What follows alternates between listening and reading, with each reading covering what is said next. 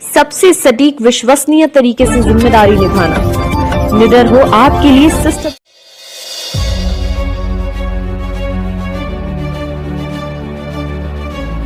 लाख से ऊपर हस्ताक्षर सिर्फ पंजाब से आए हैं वोट चोरी के खिलाफ।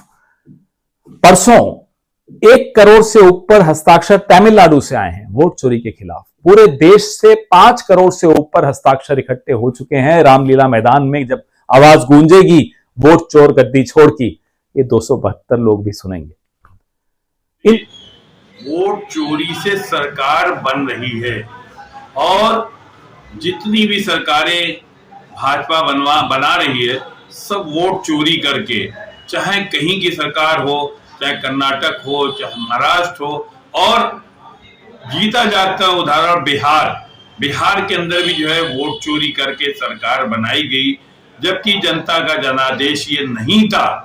जनता का जनादेश जो था वो महागठबंधन के लिए था, लेकिन जिस तरह से ये वोट चोरी करके सरकार बनाई गई और उसके बाद जो पैंतरेबाजी हो रही, 272 बुद्धिजीवी जिसको कांग्रेस तथा कथित कह रही है, बुद्धिजीवी, उन्होंने बाकायदा तौर पर जो है वो पत्र भेजा है राहुल गांधी को। तो पवन खेड़ा जो कांग्रेस के नेता, वो ये कह रहे हैं ये राहुल गांधी को नहीं भेजना चाहिए था पत्र, ये पत्र भेजना चाहिए था चुनाव आयोग को, ज्ञानेश जी को भेजना चाहिए था ताकि वो चुनाव में सुधार करें।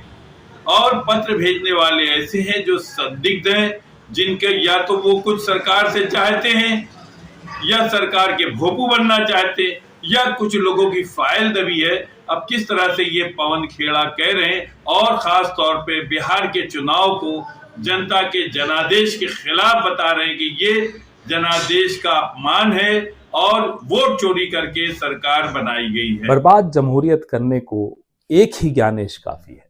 हर शाख पे ज्ञानेश बैठा हो, अंजाम जमहूरियत क्या होगा। अभी कुछ महीनों से लगातार राहुल गांधी, कांग्रेस पार्टी सबूतों के साथ सवाल पूछ रही है, चुनाव आयोग से सवाल पूछ रही है। भारतीय जनता पार्टी प्रयास करती रहती है जवाब देने का, नहीं दे पाती। अब भारतीय जनता पार्टी ने एक प्रॉक्सी कैंपेन शुरू किया। 272 तथाकथित प्रतिष्ठित नागरिकों से एक चिट्ठी लिखवाई राहुल जी को।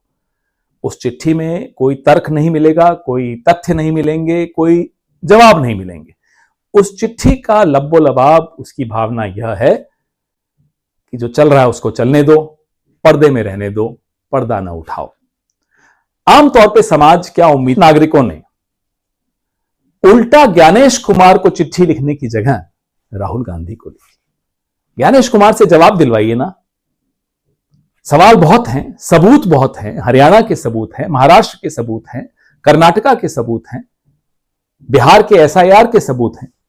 नहीं, इनमें से कई लोग ऐसे हैं जो कुछ केसेस से बचना चाहते हैं। इनमें से कुछ लोग ऐसे हैं जो इस सरकार से कुछ रेवड़ियां लेना चाहते हैं। तो बोल देती कि पेट्रोल के दाम कम करिए, कि अमेरिका के आगे मत डरिए, झुकिए। आप लोग इतने ही प्रतिष्ठित हैं तो जरा प्रतिष्ठा का परिचय देते। पूछते गृह मंत्री से कि लाल किले पे विस्फोट क्यों हुआ, कि फरीदाबाद में 2900 किलो विस्फोटक कैसे पहुंचे, कि श्रीनगर के थाने में जो विस्फोटक रखे हुए थे अचानक फट कैसे गए, पहलगाम में आतंकी कैसे घुसे। पूछते, प्रधानमंत्री से पूछते, अपनी प्रतिष्ठा का परिचय देते कि साहब पेपर लीक कब बंद होंगे। कि लोग सरकार के आगे दूम हिला रहे हैं। इनको सरकार से बचना है या सरकार से कुछ प्राप्त करना है। खैर, करिए आप। कल 25 लाख से ऊपर हस्ताक्षर सिर्फ पंजाब से आए हैं वोट चोरी के खिलाफ। परसों 1 करोड़ से ऊपर हस्ताक्षर तमिलनाडु से आए हैं वोट चोरी के खिलाफ। पूरे देश से 5 करोड़ से ऊपर हस्ताक्षर इकट्ठे हो चुके हैं। रामलीला मैदान में जब आवाज गूंजेगी वोट चोर गद्दी छोड़ की, ये 272 लोग भी सुनेंगे। इन 272 से प्रॉब्लम नहीं है। झुंड में आइए, आप हमला बोलिए हम सब पर, विपक्ष पर बोलिए कि या तो अब चुनाव आयोग की सफाई होगी या बीजेपी और उसके पूरे इकोसिस्टम का सफाया होगा। लोकतंत्र पर्दे के पीछे नहीं रहना चाहिए।